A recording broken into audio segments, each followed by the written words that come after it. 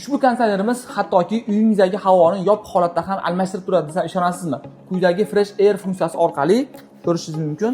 Mana bunday qurilmalar orqali tashqaridan havo oladi va bu yerdagi kirish tashqaridagi havoni filtrlar orqali ko'rishingiz mumkin. Mana bu chang bo'lsa ham hattoki filtrlarda ushlab qolib, sizga toza havoni ta'minlab beradi.